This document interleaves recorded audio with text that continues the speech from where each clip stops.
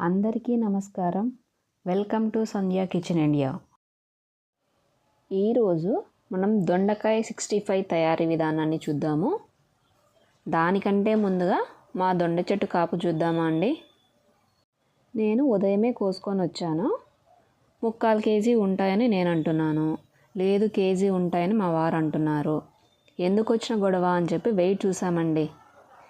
మా ఇద్దరి అంచనాలకు మించిపోయి ఉందండి మా దొండకాపు.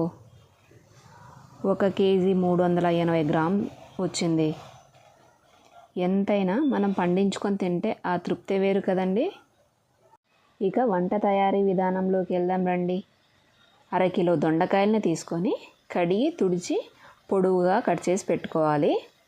ఇప్పుడు ఒక బౌల్ తీసుకొని 3 స్పూన్ల కార్న్ ఫ్లోర్ పౌడర్, 2 స్పూన్ల శనగపిండి, రుచికి సరిపడ్డ ఉప్పు, 1 టీ స్పూన్ కారం, 1/2 టీ స్పూన్ జీలకర్ర పొడి, 1/2 teaspoon garam masala, 1 teaspoon ధనియా పౌడర్, 1/2 టీ స్పూన్ పసుపు, పావు చెక్క నిమ్మరసం, 1 టీ స్పూన్ అల్లం వెల్లుల్లి paste, 1 spoon green chilli sauce, 1 spoon soya sauce వేసి కొంచెం నీళ్లు పోసుకొని కలిపి మనం కట్ చేసి పెట్టుకున్నటువంటి దొండకాయలు కూడా వేసి బాగా కలిపి ఒక అరగంట పాటు పక్కన పెట్టుకోవాలి. అప్పుడే ముక్కలకి ఉప్పు కారం బాగా పట్టుకుంటాయి. స్టవ్ పై కడాయి పెట్టి ఆయిల్ పోసి వేడయ్యాక మనం కలిపి పెట్టుకున్న దొండ ముక్కల్ని ఒక్కొక్కటిగా వేసుకొని గోల్డెన్ బ్రౌన్ వచ్చే వరకు వేయించుకోవాలి. అన్నీ కలిపి ఒకేసారి వేయకూడదండి, అతుక్కుపోతాయి. ఇలా అన్ని దొండకాయల్ని వేయించి పక్కన పెట్టుకోవాలి.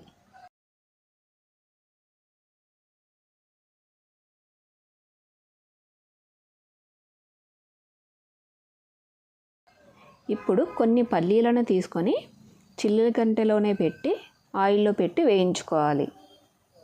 ఇప్పుడు పచ్చిమిర్చి చీలికలు,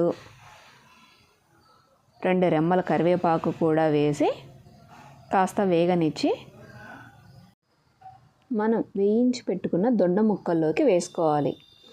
చివరగా 1 టీ స్పూన్ ఆమ్చూర్ పౌడర్ వేసుకోవటమే. అంతే అండి, దొండకాయ 65 రెడీ. పచ్చిమిర్చి పప్పులోకి చాలా బాగుంటుందండి. పిల్లలైతే స్నాక్స్ లాగే తినేస్తారు కూడా. Thanks for watching my video. Please like, share and subscribe to my channel. Thank you.